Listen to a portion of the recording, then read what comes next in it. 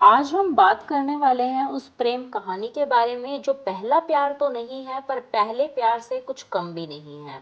हम बात कर रहे हैं बहुत खूबसूरत एक्ट्रेस रेखा जी की और उनकी पहली कहें या फिर दूसरी कहें दूसरी मोहब्बत की। आपको बता दें कि रेखा ने बॉलीवुड में फर्स्ट मूवी जो की थी जिससे उन्होंने डेब्यू किया था वो थी सावन भादो, जिसमें उनका नाम जोड़ा गया था निविल निश्चल के साथ और निविल निश्चल एक दिल फेक आशिक निकले।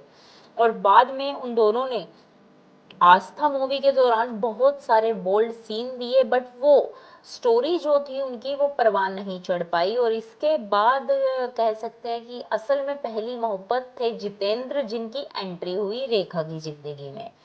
वो आपको बता दें कि जितेंद्र की पहले से एक गर्लफ्रेंड थी शोभा कपूर के नाम से और वो जॉब के चलते विदेश में रहती थी, जिसके वहां ना होने की वजह से जितेंद्र ने फायदा उठाया।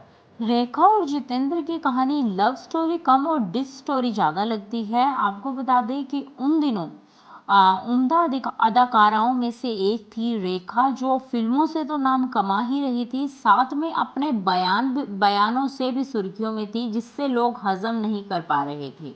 कहते हैं कि उन्होंने खुद के लिए ये तक कहा कि मैं सिर्फ एक्ट्रेस नहीं हूँ बल्कि बदनाम एक्ट्रेस हूँ जिसका सड़ा हुआ अतीत है। इसके बारे जिसके बारे में मशहूर है कि ये सेक्स के लिए पागल है। उन दिनों रेखा करीब 25 फिल्मों में काम कर रही थी और वो भी डबल शिफ्ट में, जो शायद आज की एक्ट्रेस सोच भी नहीं सकती। उन्हीं दिनों रेखा और जितेंद्र के रोमांस की खबरें भी जोरों पर आ रही थी। फिर फिल्म अनोखी अदा की शूटिंग के दौरान कुछ ऐसा हुआ कि रेखा का रो रो कर बुरा हाल था। जी हाँ, रेखा ने कहा था कि एक मर्द के करीब बेहद करीब नहीं आ सकते अगर आप उसके साथ सेक्स नहीं करते।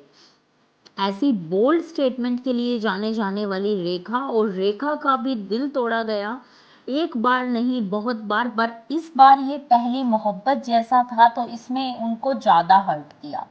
अगर बात करें जितेंद्र की और उनकी, तो उनका प्यार बहुत परवान चढ़ा। पहले जितेंद्र ने उनको बहुत बड़े बड़े सपने दिखाए, बाद में जब वो सपने टूटे तो उन्होंने रेखा जी का दिल तोड़ दिया। आपको बता दें कि रेखा ने पहली बार प्यार और इज्जत का एहसास हुआ था जब वो जितेंद्र के साथ थी, क्योंकि जितेंद्र ने जितने प्यार से और जितने एहसासों से उनके साथ उनको समेट के रखा था अपने साथ, वो बहुत ही प्यारा था।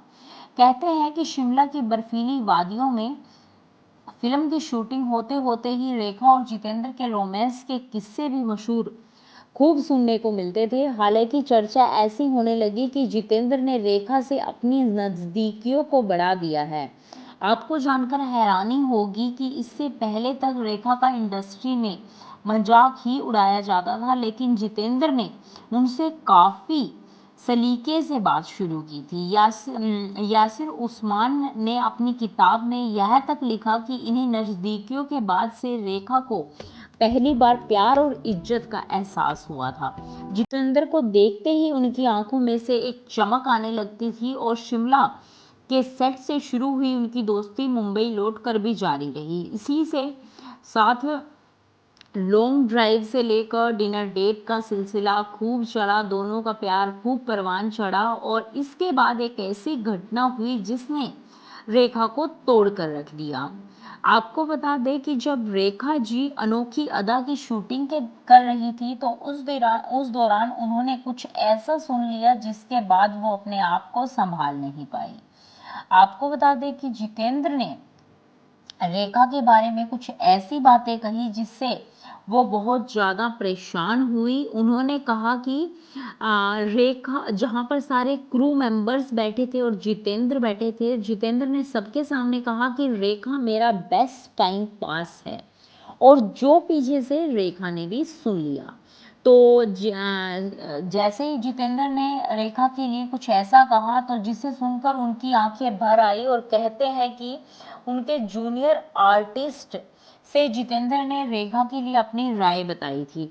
ऐसी चर्चा है कि एक्टर ने रेखा को बेस्ट टाइम पास तो बताया ही था, साथ में उन्होंने कहा था कि ये तो यूज एंड थ्रो है। इसके बाद रेखा का दिल टूट गया और रेखा भागते हुए सीधे अपने मेकअप वैनिटी में गई, वहां पर जाकर वो खूब रोई धोई और उसके बाद उन्होंने पलट कर कभी पीछे नहीं देखा।